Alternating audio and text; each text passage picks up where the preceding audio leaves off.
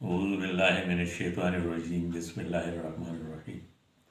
تبلیغی اسلامی چینل کے ناظرین السلام علیکم۔ میرے بھائیو، حسد ایک بدترین اخلاقی برائی ہے۔ ہر دور اور ہر سوسائٹی میں اس تباکن برائی کے مریض ضرور پائے جاتے ہیں۔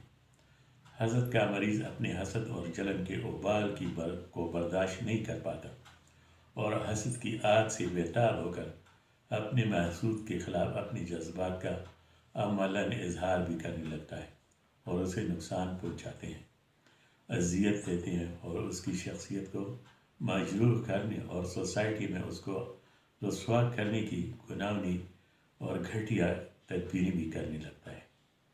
سورہ فلق آیت نمبر 5 کا ترجمہ ہے، اور میں پناہ مانگتا ہوں حاسد کی شر سے جب وہ حسد کرنے لگے۔ قرآن کریم کی یہ الفاظ بلاغت اور اعجاز کا شاہکار ہے۔ ایک حاسد مرد ہو یا عورت دشمنی تو دوسرے سے کرتا ہے اور اس کی اذیت و رسوائی میں مبتلا کرنے کے لیے درپے ہوتا ہے، مگر حقیقت میں وہ سب سے بڑا دشمن اپنی ذات کا ہوتا ہے۔ حاسد اگر حسد کے جذبات میں چل رہا ہے اور جس سے حسد کرتا ہے اسے اچھی کیفیت میں دیکھ کر چل تک ہوتا ہے تو بجائے خود یہ کیفیت بھی انتہائی تباکن ہو جاتی ہے، اور ایک حاسد شخص مستقل اذیت، اشتعال اور جذبہ انتقام میں پیشتاب کارا ہوتا ہے، اور اس کی سب شب و روز انتہائی کھڑن اور ضیق میں گزرتے ہیں اور ہر فرد حسد کی آگ اور جلن میں جھلستا رہتا ہے۔ ذہن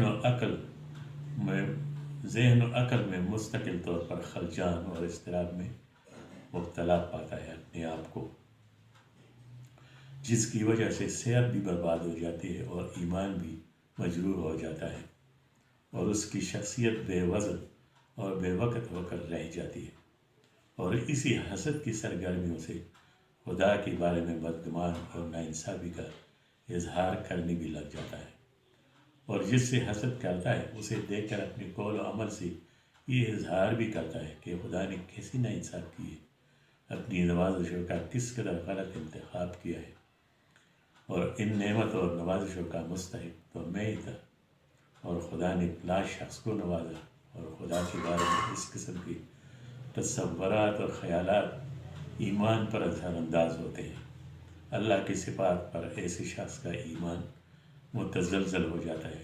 اس لیے میرے بھائی، حسد جیسی موذی مرض سے اللہ کی پناہ مانگے اور اللہ سے توبہ کرے۔ اللہ خوب جانتا ہے اور رحمت فرمانے والا ہے۔ قرآن کی ایک آیت ہے، ان اللہ علی کل شیء قدیر وان اللہ قد احاط بکل شیء علما، یہ کہ اللہ تعالیٰ ہر چیز پر قدرت رکھتا ہے اور یہ کہ اس کا علم ہر چیز کو احاطہ کی ہوئی ہے۔